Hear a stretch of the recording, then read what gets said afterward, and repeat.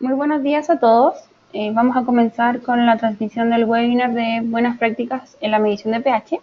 Mi nombre es Catalina Orellana, soy Technical Advisor de HANA Instruments y trabajo en el área de aplicaciones. El webinar de hoy día va a estar enfocado principalmente a explicar un poco el concepto de pH y también abordar todas las consideraciones que debemos tener al momento de realizar una medición y también del cuidado del electrodo, que es algo primordial si queremos, digamos, sacar el mayor provecho a nuestro equipo y también extender al máximo la vida útil. Les voy a pedir, si antes de comenzar, si nos pueden dar sus comentarios respecto a cómo se escucha digamos, para que no quede nadie fuera de lo que estamos hablando, ni nadie quede atrás, ¿ya? Que les agradecería de verdad que nos hicieran ese feedback respecto al audio.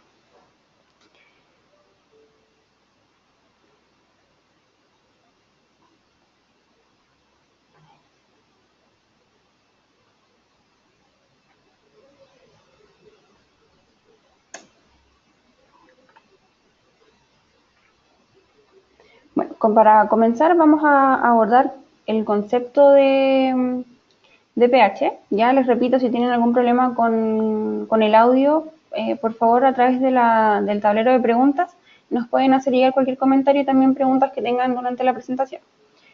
¿Qué es el pH? El pH es el grado de acidez o de alcalinidad que presenta una solución. Se mide en una escala de 0 a 14. Esa es, digamos, la definición más básica de la medida de pH. Y si queremos ahondar un poco más en el fundamento del pH, podemos definirlo como la actividad del ion hidrógeno en una solución. Ya eso se mide en una escala logarítmica que va de valores de 0 a 14, siendo el número 7 el pH neutral, donde las cargas positivas y las cargas negativas, digamos, son iguales.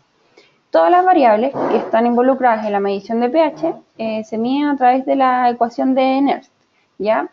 Estas variables incluyen la constante de los gases, la de Faraday, el número de moles y también los valores que nos indica el electrodo de referencia y también el electrodo indicador.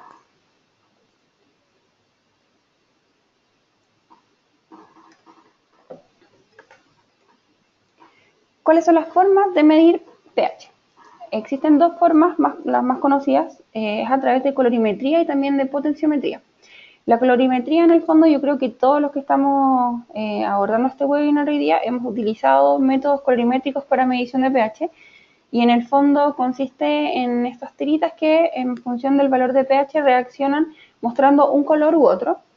Ya este método tiene muchos, digamos, desviaciones en función de quién esté realizando la medición, de cómo se perciba, digamos, el color que indica la tira de pH, de la luz que podamos tener expuesta. Hay un montón de factores ya que van a hacer desviaciones en esta medición. Por tanto, nosotros siempre recomendamos que,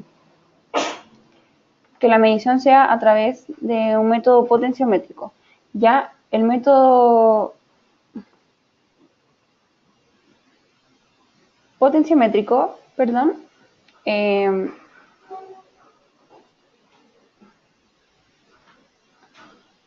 involucra una celda, digamos, que es una celda de medición, y funciona a través de un electrodo de referencia y también de un electrodo indicador. En el fondo, lo que genera el electrodo indicador y el electrodo de referencia es un potencial.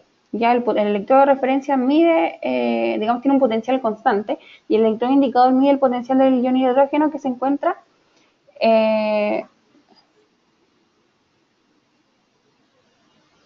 un momento.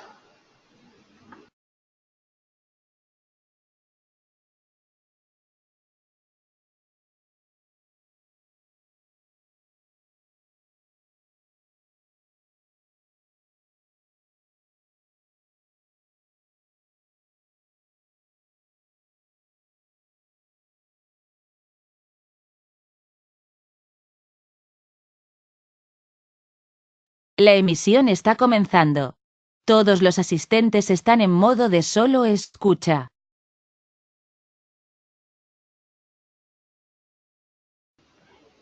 Muy buenos días. Vamos a iniciar el webinar del día de hoy me disculpo un poco por el atraso. Necesito que nos puedan informar respecto del audio porque lo habíamos iniciado hace un par de minutos atrás y me parece que no se escuchaba. Entonces, antes de seguir, digamos, con lo que estábamos, lo reinicié de alguna manera para que podamos escuchar todos. A ver si nos pueden dar su feedback. Lorena, muchas gracias. Ahora sí se escucha. Lorena fue nuestra alerta hoy día, así que le agradecemos mucho que nos dio la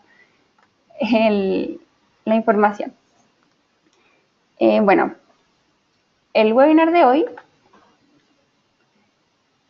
es algo que nos han pedido en reiteradas ocasiones. Repetir, es algo que ya hemos hecho antes, pero sin embargo es de súper gran importancia porque la medida de pH es algo transversal, yo creo que a todas las industrias y todas las aplicaciones donde nos estemos desarrollando laboralmente hoy. Y por tanto, al ser una medida importante requiere de muchos cuidados a la hora de ejecutarla, ¿ya? A la hora de ejecutarla y también en el cuidado que vayamos a tener con los electrodos ahora que estamos realizando medidas potenciométricas. Ya vamos a revisar en principio el concepto de pH y los fundamentos y posteriormente vamos a revisar toda la estructura de un electrodo, poder identificar cuál es nuestro electrodo más apropiado a la aplicación y también todos los cuidados que necesitamos para su correcta mantención.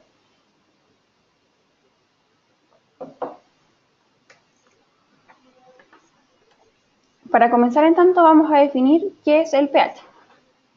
El pH es el grado de acidez o alcalinidad que presenta una solución. Se mide en una escala de 0 a 14, siendo esta definición, digamos, una de las más sencillas. Ya si queremos ahondar un poco en los fundamentos de la definición de pH, podemos decir que es la actividad del ion hidrógeno que se encuentra en una solución y es medido a través de una escala logarítmica.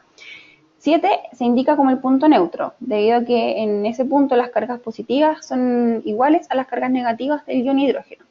Todas las variables que están involucradas en una medición de pH están dadas por la ley de Nernst, ¿ya? Dentro de la ley de Nernst podemos encontrar las variables de temperatura, de la ley de gases, la constante de Faraday, y también los electrodos que funcionan como referencia y el valor del electrodo que funciona como indicador en el fondo, y que es el que realiza la lectura directamente. Tenemos formas de medir pH. La más conocida, yo creo, o digamos una de las que más utilizamos, sobre todo cuando estuvimos en algún momento en la universidad, fue a través de colorimetría. Ya la colorimetría consiste fundamentalmente en un papel indicador, una tira de papel indicador, que en función del valor de pH toma cierta coloración. Yo creo que acá todos sabemos que la medida de colorimetría es algo ya que está por alguna manera obsoleto porque hay muchas variables que van a influir un poco en que nos vayamos a equivocar al momento de interpretar este dato. Llámese la luz que haya de fondo, la interpretación que podamos ver nosotros de un color u otro. Entonces, si queremos una medida exacta y el pH es un valor crítico en nuestro proceso, siempre recomendamos los métodos potenciométricos. Los métodos potenciométricos miden pH a través de dos electrodos, uno que funciona como un electrodo de referencia, digamos que marca un valor estable, y otro que funciona como un electrodo indicador, que en el fondo nos da un valor de la actividad del ion hidrógeno en la solución donde estamos realizando esta medición. ¿Ya? ¿Qué componen una celda de pH? El método potenciométrico, que es lo que vamos principalmente a revisar hoy día, debido a que el método colorimétrico no admite un mayor análisis. Vamos a revisar qué contiene una celda de pH. Como yo les comentaba, está formada por un electrodo de referencia y por un electrodo indicador. ¿Ya? El elemento de referencia contiene en el interior un metal y una sal de metal, una alta concentración de electrolito y una unión de tipo puente de sal que en el fondo tiene como función no permitir que lo que está dentro de la celda del electrodo de referencia tenga contacto con el medio o con la solución donde nosotros estamos monitoreando pH. ¿Por qué no me interesa esto? Porque necesito que el electrodo de referencia tenga siempre un valor estable, porque va a hacer eso mismo, dar una referencia de un valor de pH. Por otro lado, está el electrodo indicador, que tiene como elemento interno un metal y sal de metal, una solución de KCl, concentración normalmente 3,5 molar, y también un bulbo que es sensible, digamos, a la actividad del ion hidrógeno. Por ende, permite un intercambio de iones entre el electrodo y la solución, que en el fondo es lo que finalmente va a medir el electrodo. Esto es digamos, una imagen como representativa de lo que funciona en un bulbo de pH, ya porque al ser ingresado este metal, este electrodo que contiene un metal, que se puesto en una solución, digamos, genera un potencial que es proporcional a la actividad de los iones que se van a encontrar en solución. ¿Ya? Este bulbo, digamos, tiene una membrana que es permeable al ion hidrógeno y por ende puede identificar cuál es el potencial que se está generando en esta celda, digamos, electroquímica, que es la donde se está midiendo pH. Pasando ya a la composición de un electrodo, existen electrodos que son combinados de unión simple y otros electrodos que son combinados de unión doble. ¿Ya? La unión simple, como podemos identificar en la imagen que estamos revisando ahora, el electrodo de referencia va de alguna manera enrollado alrededor, digamos, hace como un arco alrededor del electrodo indicador. Y, perdón. Y se encuentra todo a través, digamos, no está aislado del medio propiamente tal. ¿Ya? Y los electrodos que están combinados, que son de unión doble, tienen una cámara de referencia donde se encuentra el electrodo de referencia aislado del medio a través de un puente ESA. Y a su vez tiene por el costado el electrodo indicador. Esa es principalmente la diferencia de los tipos de uniones que tienen los electrodos. Ahora, hay electrodos que dependiendo, por ejemplo, de la complejidad química o digamos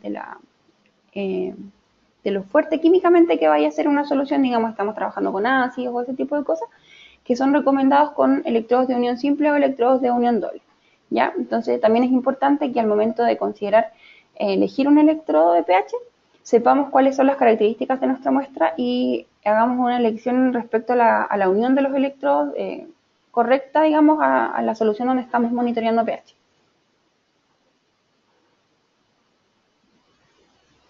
¿Cómo elijo un electrodo de pH?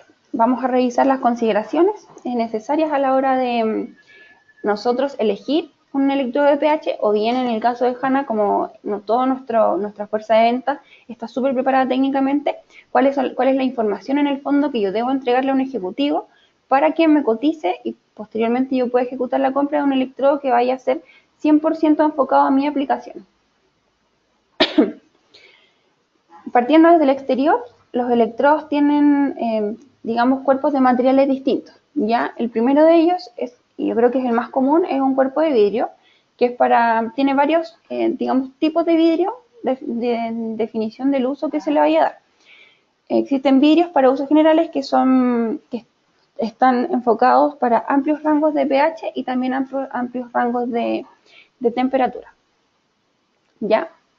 Existen vidrios también que están enfocados a una impedancia baja, es decir, que son a temperaturas bajas y están recomendados para medidas de pH sobre los 10 y también a temperaturas sobre los 60, perdón, no están recomendados para medidas de pH sobre 10 y tampoco para trabajar a altas temperaturas como 60 grados.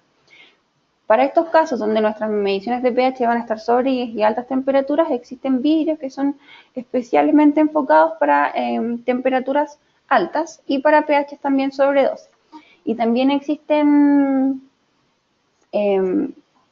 vidrios que son resistentes al flúor porque, digamos, es una sustancia que corroe de alguna manera el vidrio. Si estos electrodos de vidrio tienen alguna fisura o algún quiebre, la solución electrolítica que se encuentra al interior va a empezar a salir.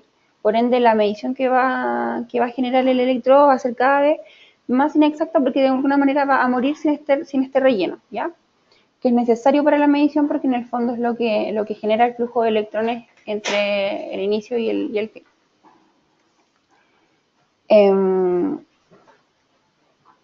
Bueno, acá respecto de los cuerpos del electrodo también existen otros materiales que son, digamos, para otros usos, por ejemplo, para alimentos o para cuando estamos haciendo mediciones con altos flujos, o perdón, con alta presencia de sólidos en suspensión, que existen electrodos, por ejemplo, de resina Ultem, de PVDF, otros que están revestidos en titanio, o en acero inoxidable y otros que son de PVC.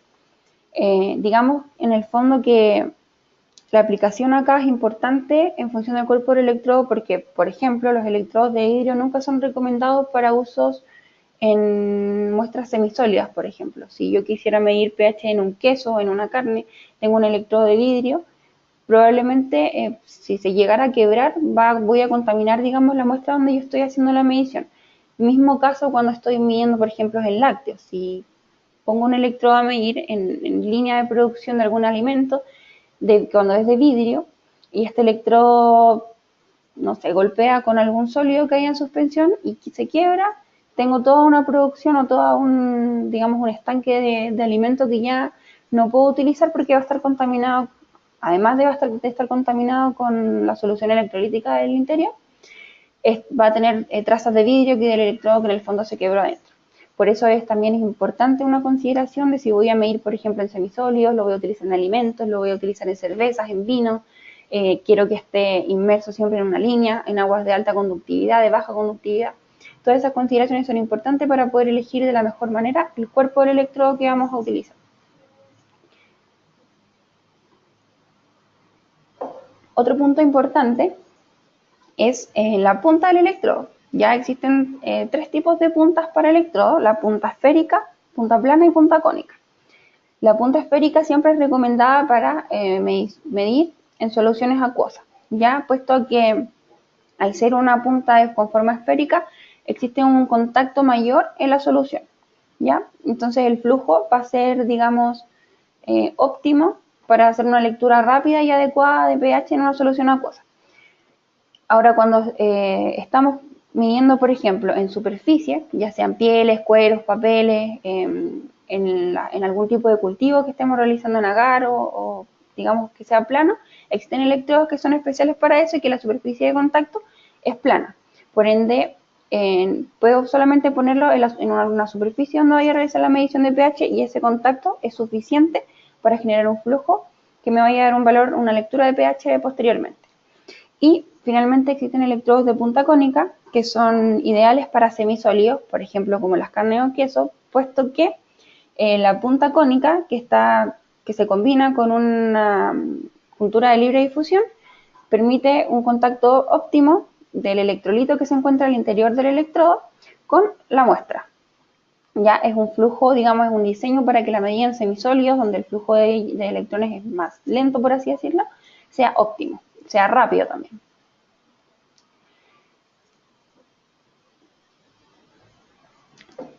Otro punto a considerar son los conectores del electrodo. Ya existen distintos tipos de conectores. Están los electrodos que se conectan por DNC, por DIN, por screw y los T-type. Ya todos los electrodos son, digamos, van a conectarse a un equipo y tenemos que considerar, por ejemplo, si tenemos un equipo y a la hora de cotizar un electrodo para reemplazarlo, cuál es el conector para que de esa forma sea compatible. Ya nosotros en HANA Instrument también tenemos electrodos que se conectan vía Bluetooth a un dispositivo que nosotros también tenemos, que es el Edge Blue, y que además, si no cuentan con el Edge Blue, se puede conectar, digamos, de la misma manera con Bluetooth a una aplicación que es gratuita para Android y iOS, al celular o a la tablet. Por ende, solamente necesitan para realizar la medición un electrodo y no comprar un equipo aparte, ¿ya? Estas son todas las conexiones de electrodos que están disponibles y que son necesarias cuando vamos a hacer un reemplazo de un electrodo de un equipo que ya tenemos.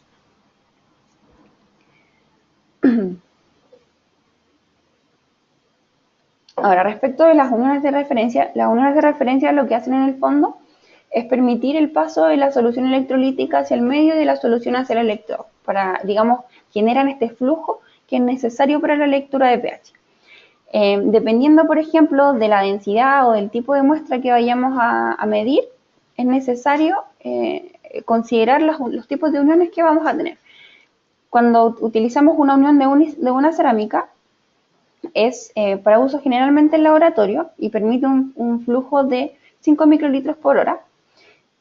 Actúa mejor en temperaturas de 10 a 50 grados Celsius y las aplicaciones, digamos, óptimas para los electrodos que tienen uniones de una cerámica son aplicaciones de aguas limpias y que además tengan bajas viscosidades. Ahora, por otro lado, las uniones de triple cerámica permiten un flujo mayor de la solución hacia el medio, de 15 microlitros por hora. Tienen un mejor desempeño cuando se utilizan en temperaturas entre 10 y 60 grados Celsius. Son buenos para mediciones de agua de alta pureza. Ya la concentración de iones en una agua que, digamos, es ultra pura es baja. Por ende, si tenemos un mayor flujo de electrolitos en el electrodo, capta, digamos, de forma más rápida los pocos iones que se van a encontrar en solución en una agua ultra pura. Por ende, es por eso que son recomendados para este uso. También es bueno para mediciones en muestras que son de altas viscosidades, como cremas, pinturas o emulsiones, porque pasa lo mismo. Al ser una muestra de alta viscosidad, el intercambio iónico, digamos, es un poco más lento. Entonces, al tener una unión de triple cerámica que permite un flujo mayor del electrodo, es una lectura un poco más rápida. ¿Ya? También está recomendado para para ensuelos o muestras que se encuentren con sólidos en suspensión, y realiza mejores lecturas con pH que se vayan a manejar en valores entre 4 y 10. Existen también uniones de referencia con filtros de teflón poroso que tienen un flujo de más de 50 microlitros por hora. Son buenos para mediciones de pH de 0 a 14 y tienen una alta resistencia química, ¿ya? Son ideales para cuando estamos midiendo un proceso, en línea idealmente, y también para viscosidades moderadas y altas. Y por la forma que tiene, digamos, este electrodo, son de muy fácil mantención y trabajan en temperaturas, digamos, extremas, de 0 a 100 grados. También existen filtros con gasa microporosa, que acá, bueno, no sé si se alcanza a mirar un poco, a apreciar un poco en la imagen, tienen una gasa. Ya son idealmente para medición en aguas de desecho o con alta contaminación, porque la mantención es súper fácil. Uno desliza un poco esta gasa, la corta y el electrodo ya está limpio por dentro. ¿Ya? También por lo mismo está recomendado para muestras con altas viscosidades.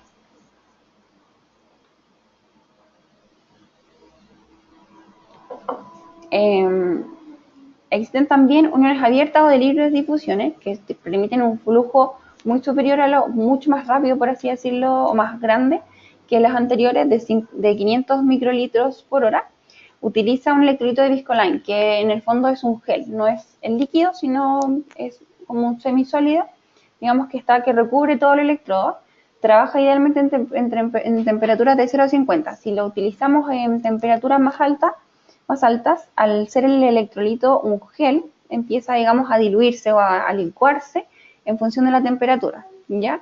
Y es recomendado para muestras semisólidas o secas, por ejemplo, como quesos, carnes o comidas en general, y no está recomendado para muestras acuosas porque al ser de unión abierta, al permitir un flujo grande dentro del electrodo, es altamente susceptible a contaminación si lo utilizamos en muestras acuosas, ¿ya? Si lo utilizamos particularmente para muestras secas como queso y carne, es ideal.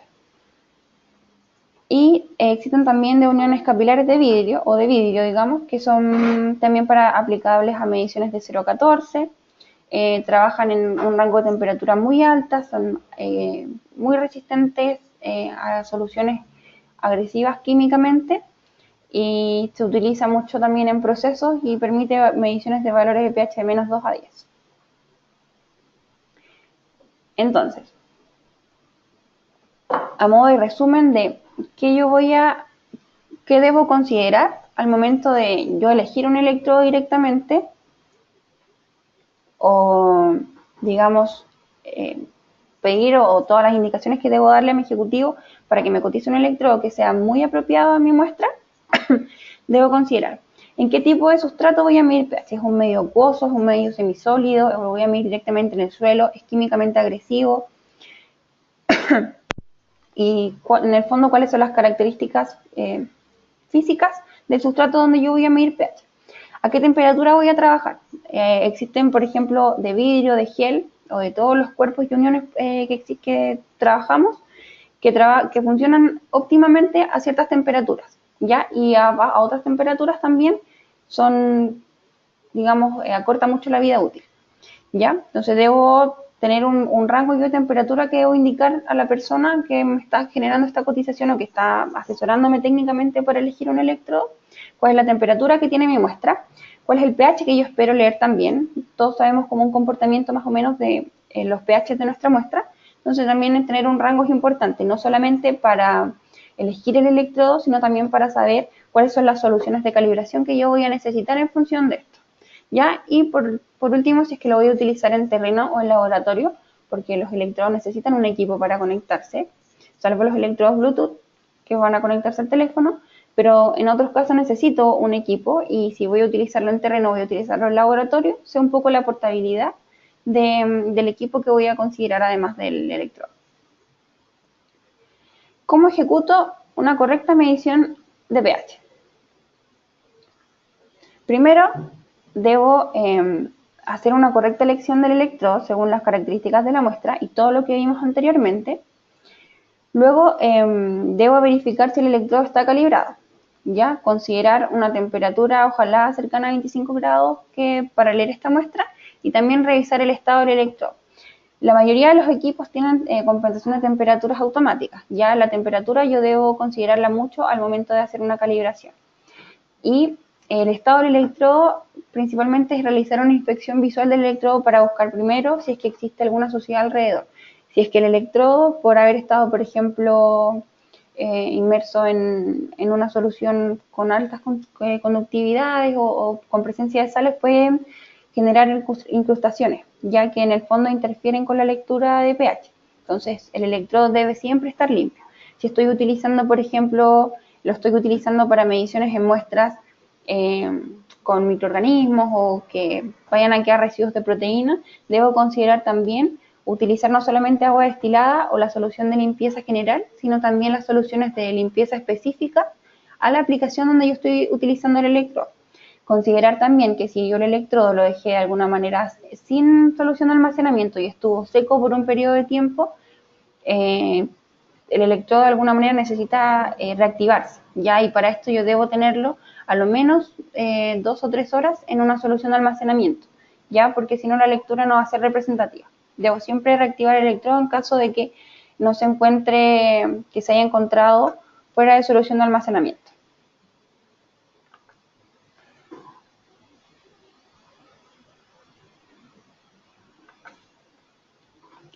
Ahora, yo puedo también luego hacer una evaluación visual del estado de mi electrodo, hacer una evaluación del potencial del electrodo, que es un porcentaje, digamos, o es un valor que me va a indicar el estado del electrodo y también una consideración posterior para qué hago con él.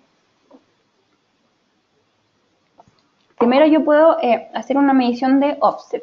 Ya lo que hago en esta medición es cuando puedo, cuando mi equipo me lo permite, debo modificar el rango, digamos, el valor de la medición, no a pH, sino que me entregue el valor de milivolt de pH.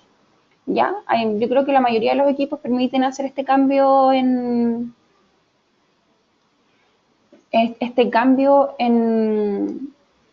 digamos, en la visualización del parámetro de medición. ¿Ya? Una vez que tengo el equipo en el modo de medición de milivolt de pH, debo sumergirlo en un buffer 7. ¿Ya? El valor esperado al sumergir el electrodo en un buffer 7 de la lectura en milivolt es de 0, con una desviación de más o menos 25. O sea, si de menos 25 a 25 positivo me da un valor en ese rango de milivolt, quiere decir que mi electrodo, digamos, está correctamente operativo, por así decirlo. ¿Ya? Eso es una evaluación rápida del estado del electrodo. Ahora yo también puedo calcular la pendiente o el slope, que algunos equipos, dependiendo de las funciones, lo calculan automáticamente siempre que calibremos en un pH 7, un pH 4 y pH 10. Si es que mi equipo no me lo permite, yo puedo evaluar, digamos, manualmente, hacer un cálculo matemático para determinar la pendiente del electrodo y saber el estado del mismo.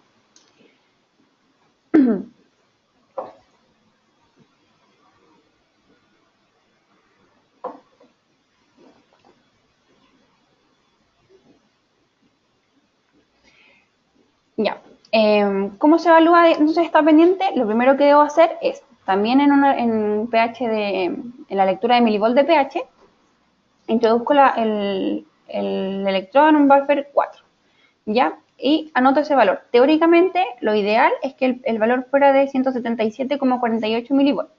Ya posterior a eso yo hago la lectura en un valor de pH 7, también anoto ese valor, y puedo también utilizar, digamos, para contrastar, un buffer 10, donde la lectura debe ser de menos 177,48 milivolts. Entonces yo tengo ya registrado en una nota el valor en milivolt de pH de un buffer 4 y de un buffer 7. Con esos valores yo calculo la pendiente, que en el fondo va a ser el valor de milivolt de pH a un buffer 4 menos el valor de los milivolts de pH en un buffer 7 dividido en 1,7748. Hago esa fórmula y la pendiente, el número que me va a dar es un porcentaje. ¿Ya? En función de ese porcentaje yo tengo, digamos, un criterio de aceptación. Cuando la pendiente es superior al 96%, esto corresponde a electrodos que son nuevos. Cuando la pendiente va entre 96 y un 90%, quiere decir que mi electrodo, si bien no está nuevo, está en condiciones óptimas de funcionamiento. Cuando la pendiente fluctúa entre 90 y 85%, es que requiere un tratamiento de limpieza específico. Ojalá vamos a ver más adelante el procedimiento correcto de limpieza, pero debo realizarlo. Y cuando la pendiente es menor a 85, el electrodo está en malas condiciones, idealmente debo realizar un recambio del mismo. ¿Cómo voy a calibrar el electrodo? Ahora estamos viendo todas las consideraciones previas a realizar una medición de pH. Yo todos los equipos tienen, digamos, comandos para iniciar calibraciones distintos, me van a permitir calibrar solamente en un buffer, o en 3 o en 5, con valores que vienen predefinidos, otros personalizables, pero siempre va a depender, digamos, la configuración que tenga el equipo que estamos utilizando para medir. Yo inicio la calibración, sumerjo en el primer buffer, ya, yo puse acá como ejemplo un buffer 4, sumerjo en este buffer 4, espero que la muestra estabilice, confirmo el valor, y luego realizo un enjuague rápido con agua destilada. Sacudo del electrodo del agua destilada, sumerjo en el segundo buffer, que en este ejemplo yo puse buffer 7, luego vuelvo a realizar el enjuague con agua destilada, sumerjo en buffer 10 y luego guardo la calibración. ¿Ya? Y yo puse acá un botón de buenas prácticas de laboratorio. Las buenas prácticas de laboratorio es algo que incluyen los equipos de HANA que registran los puntos en que se realizó la calibración, cuáles fueron los valores que me entregó esa calibración. Por ejemplo, yo calibré en un buffer 701 y el punto que midió el electrodo en ese punto fue 6,89, por así decirlo. Entonces puedo yo tener un rango de lo que ajustó en esa calibración. Y también algunos realizan el cálculo de pendiente y offset automáticamente. ¿Ya? Pero eso va a depender también de las cualidades de nuestros equipos. ¿Cuáles son las consideraciones importantes al momento de calibrar el equipo? Calibrar, ojalá, siempre que el equipo me lo permita, lo menos en 2 puntos. ¿Ya? Contemplar en el rango de la calibración que yo voy a utilizar el comportamiento de nuestra muestra. Por ejemplo, yo sé que mi muestra generalmente me entrega valores de pH cercanos al 5, entonces idealmente voy a calibrar en un valor 4 y en un valor 7, a modo de que el rango de calibración contenga el comportamiento de pH de la muestra que yo estoy utilizando. Cuando no lo sé, lo ideal es calibrar a 3 puntos, ya con la mayor distancia entre ellos. Debo idealmente siempre utilizar soluciones patrón de buena calidad y que estén certificadas. Como les mencionaba en el procedimiento anterior, realizar un enjuague con agua destilada cuando cambie de un buffer a otro. Idealmente siempre tener un recipiente específico y que utilice solamente para las calibraciones en ese buffer. Yo acá, por ejemplo, recomendamos etiquetar vasos precipitados, por ejemplo, que vayamos a utilizar para la calibración, con un 4, con un 7, con un 10 o con los buffers que nosotros utilicemos, y dejarlos específicamente para ese uso, para que la calibración no tenga ningún tipo de contaminación, digamos, por algún residuo que haya quedado en el vaso o en el recipiente que utilicemos para calibrar. Y como les decía, considerar la temperatura durante la calibración. Los equipos, si bien compensan automáticamente la temperatura al momento de leer, uno de los errores que puede digamos, darse dentro de la calibración es que la temperatura del buffer sea muy lejana a la temperatura óptima para calibrar. Ya esa temperatura es de 25 grados. Entonces, idealmente, mantener los buffers en una temperatura cercana a 25 grados y calibrar a esa temperatura me permite que la calibración se ejecute de mejor manera. Existen también equipos que dan estas alarmas, ya que al momento de estar calibrando generan distintos errores y uno de esos es que la temperatura del buffer no es la adecuada para poder calibrar óptimamente.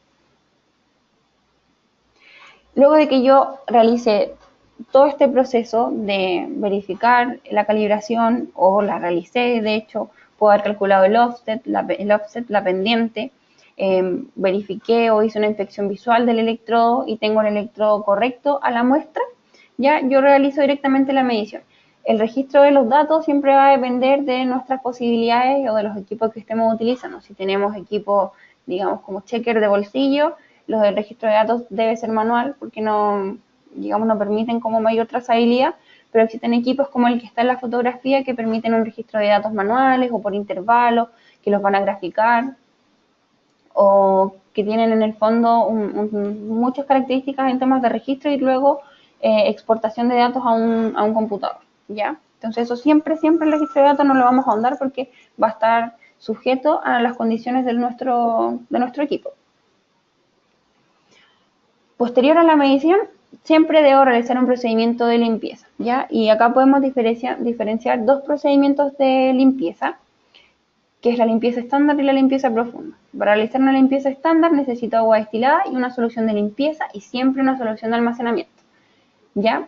La limpieza estándar se realiza primero un enjuague, una limpieza con agua destilada, luego una limpieza con solución para usos generales por 30 minutos y finalmente debo almacenar en la solución debo guardar el electrodo siempre en solución de almacenamiento a lo menos 30 minutos, ¿ya? La idea es que siempre que dejemos el electrodo en reposo podamos utilizar esta solución, porque vamos a, digamos, extender la vida útil del electrodo y vamos a ahorrarnos un poco el tiempo de reactivar un electrodo en caso que nos saltemos ese paso de guardarlo en solución de almacenamiento, ¿ya? Y eso es una limpieza estándar.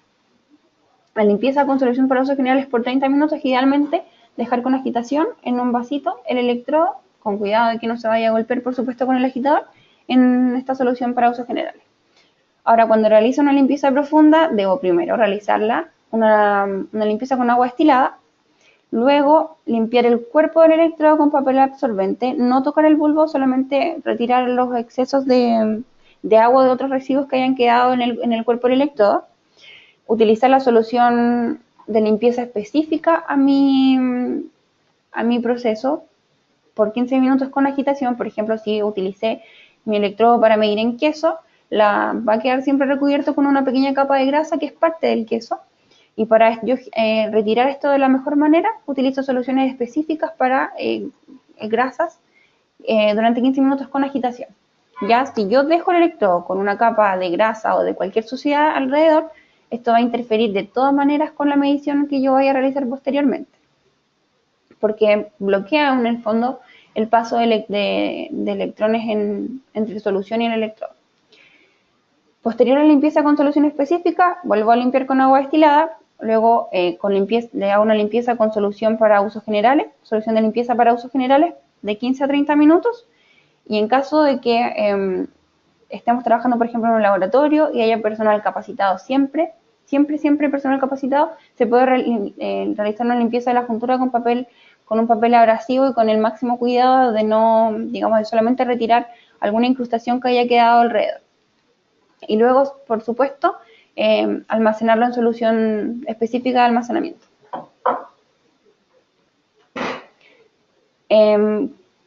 Acá están las consideraciones, digamos, de almacenaje del electrodo, porque como les comentaba, no almacenar el electrodo en solución de almacenamiento realiza en el fondo como que acorta la vida útil, porque ya no se genera, digamos, este flujo interno, ya es como de alguna manera que se seca. Entonces yo necesito luego reactivarlo con solución de almacenamiento. Yo me voy a evitar tener que sumergirlo durante 2 o 3 horas en solución de almacenamiento para que se reactive si siempre lo guardo en la misma, ¿ya? Siempre, por tanto, debo mantener el electrodo en solución de almacenamiento, porque la capa activa se degrada, ¿ya? Y esto interfiere de todas maneras con la lectura. Para el almacenamiento, utilizar soluciones de almacenamiento específicas. En caso de que yo no tenga solución de almacenamiento porque me quede sin stock, puedo almacenarlo en un buffer 4 o en un buffer 7. Nunca superior a 7, no se recomienda nunca el uso de soluciones alcalinas ni tampoco excesivamente ácidas, ¿ya? Y nunca por ningún motivo almacenarlo en agua destilada o en agua deionizada porque por un efecto de osmosis, digamos, se va a perder la concentración del electrolito interno. Por tanto, no va a ser capaz de generar este flujo cuando queramos hacer la medición, ¿ya? ¿Cuáles son los efectos de la temperatura en el electrodo? Como yo les comentaba, una de las consideraciones al momento de elegir un electrodo era la temperatura de trabajo, ¿ya? A temperatura ambiente, los electrodos pueden durar de 6 meses a 1 año y medio. Cuando trabajamos con temperaturas sobre los 90 grados, pueden durar de 1 a 3 meses. Y cuando trabajamos en temperaturas excesivamente altas, como a 120 grados, puede durar como un periodo máximo un mes.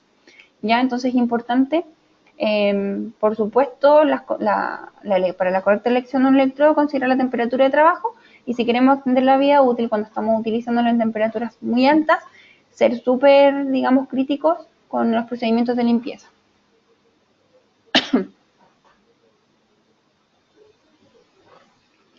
¿Cuáles son los factores que afectan a una medición de pH en terreno?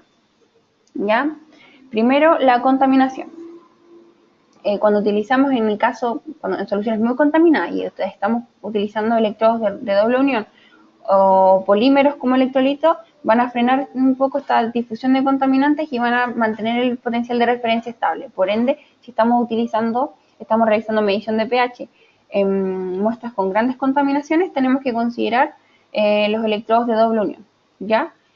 Existe también un efecto de dilución, ya que se puede dar por un flujo excesivo, digamos, de electrones, perdón.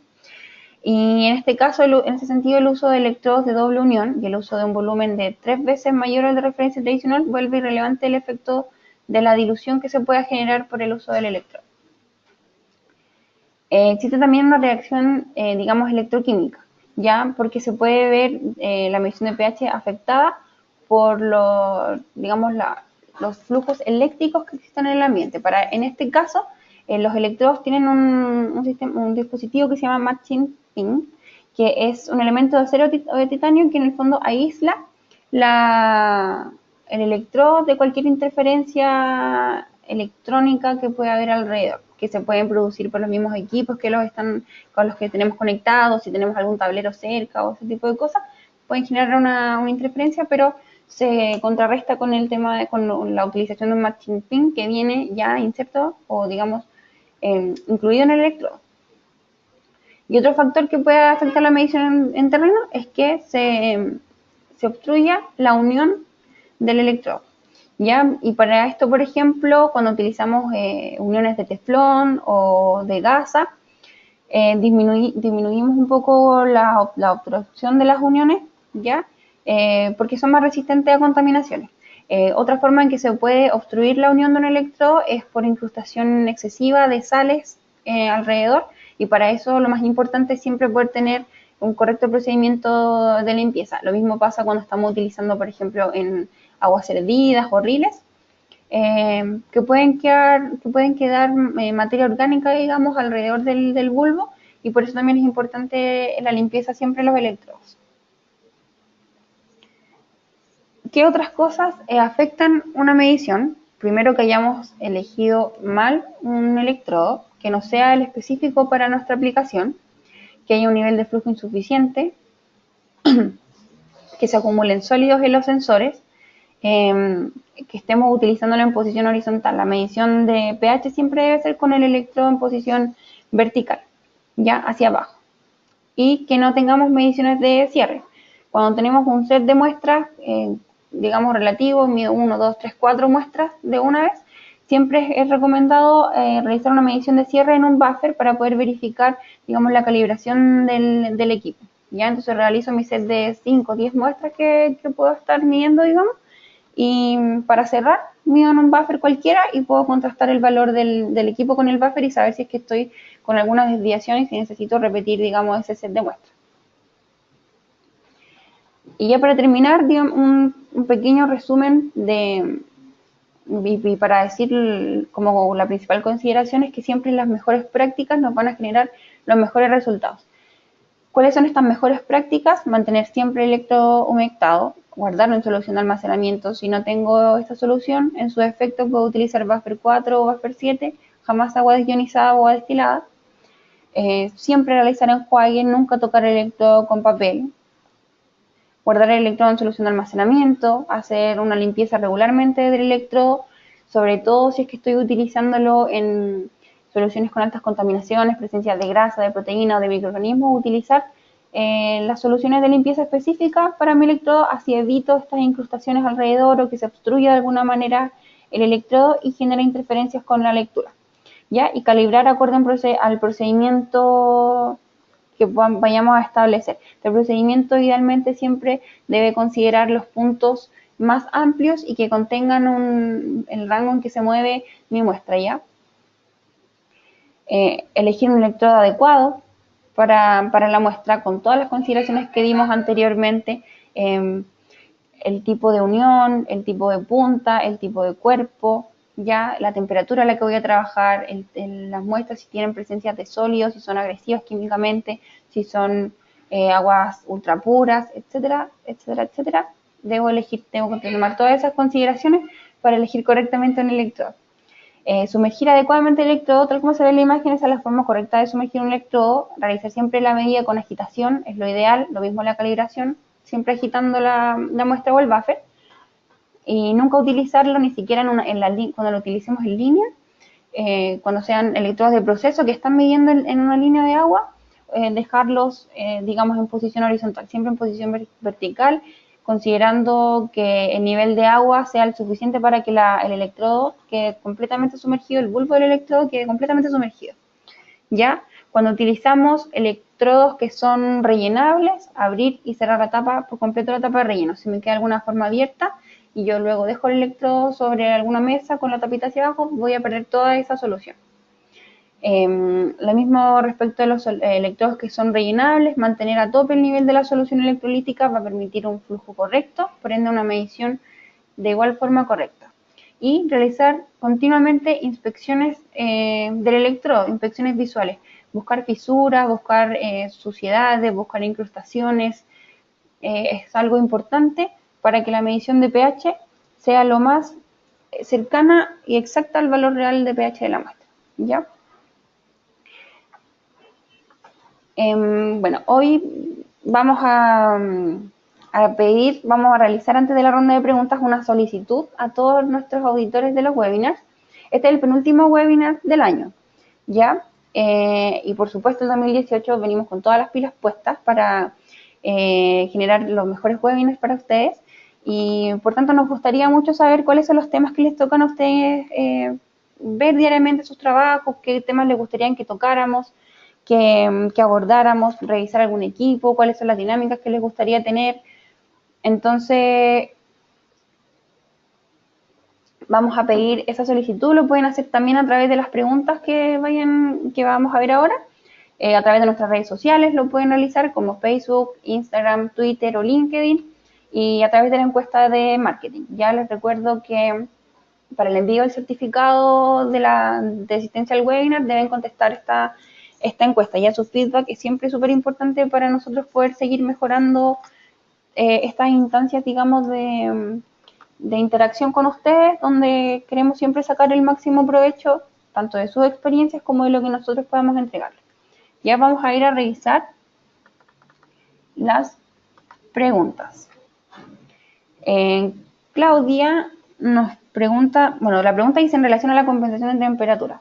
No sé cuál es la pregunta específicamente, pero a modo de comentario, los equipos de pH compensan, digamos, automáticamente la temperatura, porque el pH, una de las cosas que lo hace variar, digamos, es esto, es la temperatura. Tú puedes hacer el ejercicio de poner una misma muestra a distintas temperaturas y hacer esta medición de pH y te vas a dar cuenta que según varían los grados Celsius de la muestra, también varía un poco, no es, dependiendo de la variación de la temperatura, es lo que va a variar el pH, pero nunca te va a dar exacto ni te va a dar igual con la muestra de distintas temperaturas, ¿ya? Pero puedes, obviar esto al momento de una medición, porque el equipo lo compensa automáticamente, ¿ya? Pero si estás calibrando, es importante que los buffers se encuentren lo más cercanos a esta temperatura, que son idealmente los 20-25 grados, porque va a minimizar un poco esta variación. Ya eso es lo ideal. Vienen como seteados de alguna manera para calibrar óptimamente a esta temperatura, entre 20 y 25 grados. Ya, y como yo les mencionaba, existen equipos que arrojan errores cuando la temperatura de los buffers es muy alta. Por ejemplo, si estoy en una condición súper extrema y el buffer está en 40 grados, probablemente el equipo me va a arrojar que la temperatura, un error que es súper claro, dice temperatura del buffer incorrecta. Lo que me va a pedir en ese caso, y que ya lo sé de antemano, es llevar el buffer a una temperatura más baja, ya lo más cercano a los 25 grados. Pero al momento de medirlo, sí, sobre todo si lo estás realizando en terreno, no es necesario que lo lleves a una temperatura, que lleves la muestra a una temperatura u otra, porque lo compensa automáticamente. ¿Ya? Cuando son mediciones en laboratorio y puedes hacerlo, también es recomendado, pero en el término de medición, el equipo lo compensa por sí solo.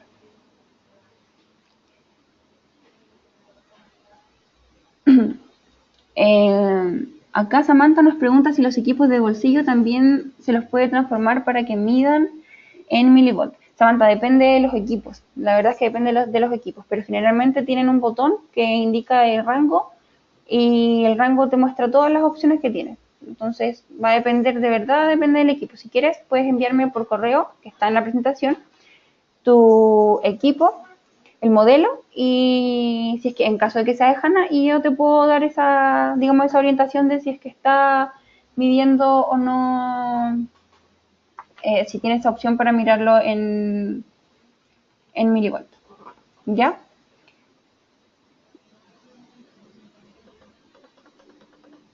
Edward nos pregunta si podemos enviar las diapositivas. ¿Las podemos? Sí, las podemos enviar, pero puedes solicitarla a través de la encuesta de marketing, ¿ya?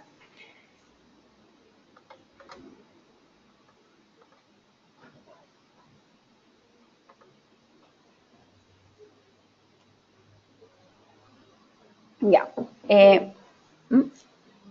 Ya, nos preguntaron a través de Facebook también si era necesario realizar una activación del electrodo previa a la calibración. Si si has tenido el electrodo siempre sumergido en solución de almacenamiento, no es necesario que hagas una reactivación, porque ya está activo este electrodo, porque lo has tenido siempre sumergido en esta solución. Si el electrodo quedó por algún motivo seco, sí es necesario que hagas una reactivación del electrodo previo a calibrar. Solamente bajo esas condiciones de que haya quedado, digamos, seco.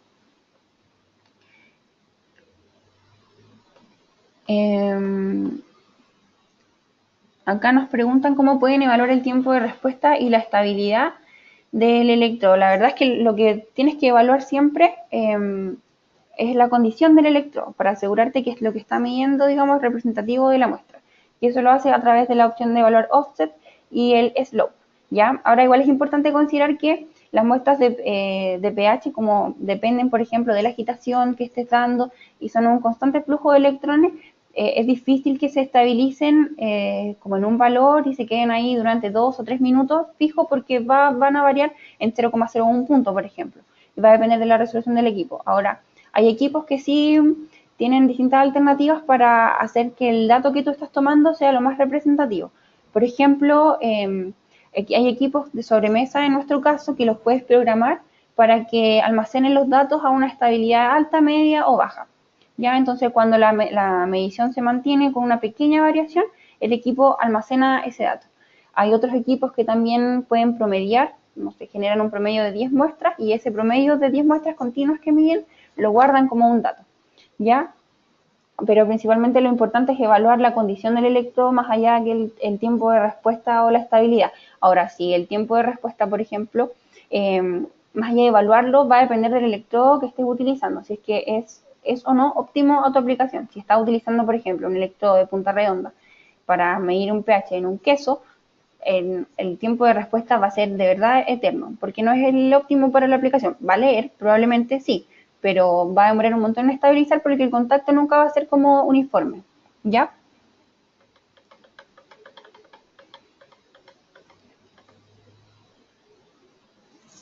Acá me preguntan si los electrodos de punta cónica pueden reducir su vida útil si miden un semisólido que está sumergido en una solución de alta concentración salina. Lo ideal es que si estás utilizando electrodos que son con punta de viscolín, que tienen este relleno de gel, que son punta cónica especialmente para semisólidos, no lo utilices con ninguna no lo utilices en ninguna solución.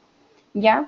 Eso es importante, porque son, digamos, por el tipo de unión que tienen, extremadamente susceptibles a que ingrese cualquier solución que estés midiendo al electrodo. Entonces, si lo tienes sumergido en una solución de alta concentración salina, probablemente esa solución va a ingresar al electrodo y va a dañar, digamos, la solución electrolítica que tiene dentro y que en el fondo es lo que genera la medición.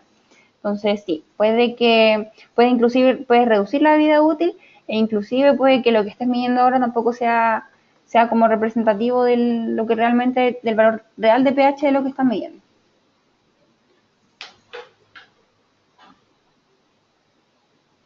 Bueno, Cristian nos pregunta cuánto tiempo debe dejar en la muestra de instrumento para la medición, ya que le ha pasado que el pH va bajando a medida que pasa el tiempo. Esto es un poco por lo que te comentaba, la medida de pH varía igual que la medida, por ejemplo, de temperatura. La temperatura puede subir y puede bajar, el pH también, en función de, por ejemplo, agitar la muestra. Si cambias, por ejemplo, la velocidad de agitador que estás utilizando, vas a tener pequeños puntos de variación. No son grandes saltos, pero igual puede variar. Entonces no es una medida que puedes estabilizar. Que puedes estabilizar por 5 minutos en un valor fijo. Siempre vas a tener saltos de 0,01 o de 0,1 puntos de pH, también en función de eso, ¿ya?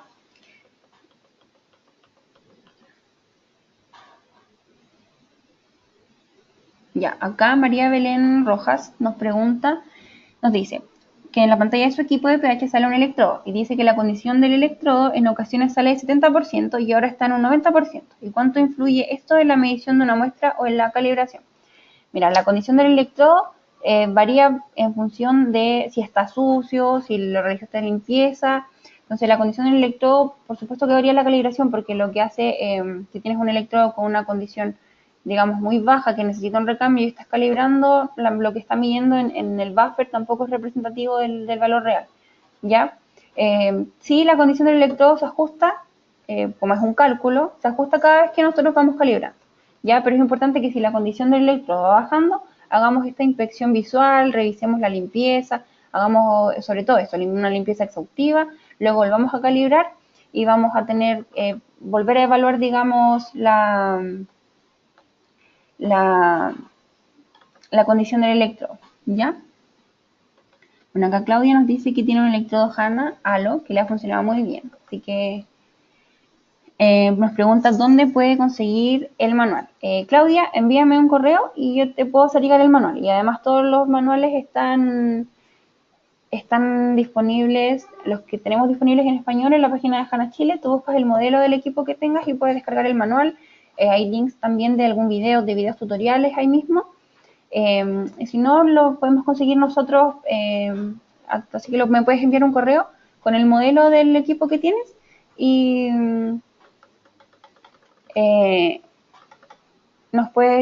para poder hacerte llegar, digamos, este manual, ¿ya? Y acá Ignacio nos dice nos pregunta si la solución de almacenamiento se guarda de 30 minutos a 2 horas o es un almacenamiento constante en el momento de cuando vamos a medir. Siempre es un almacenamiento constante, ¿ya? Pero la idea de, por ejemplo, cuando realizaste una medición de pH o un set de mediciones y que hubo como necesitaste un procedimiento de limpieza específico y por todo lo que puede haber quedado alrededor del electrodo y por las mediciones que haya realizado, es bueno para volver a estabilizar el electrodo, dejarlo en por lo menos 30 minutos de solución de almacenamiento antes de que vayas a realizar otro set de medidas. Ya esa es la consideración, pero sí, de todas maneras siempre tienes que tenerlo inmerso o sumergido, digamos, y guardado en solución de almacenamiento. ¿Ya? Les recuerdo también que que el envío del certificado de la asistencia al webinar depende o llega siempre que hayan contestado la encuesta que les llega al correo. Si tienen algún problema digamos, de que no les llegue la encuesta, que no pueden abrir el link, mándenos un correo y nosotros les hacemos llegar nuevamente el link de la encuesta. ¿Ya? Como todos, bueno, les reitero también la solicitud de si es que hay algún tema que ustedes quieran tocar o que quieran que nosotros revisemos para ustedes en los webinars del próximo año, háganos llegar también a través de mi correo que está ahí en pantalla, a través de la encuesta de marketing, lo mismo acá a través de las preguntas que nos quedan. Entonces, para que nosotros podamos tener esa información y que en el fondo los webinars sean de completo interés para ustedes, ¿ya?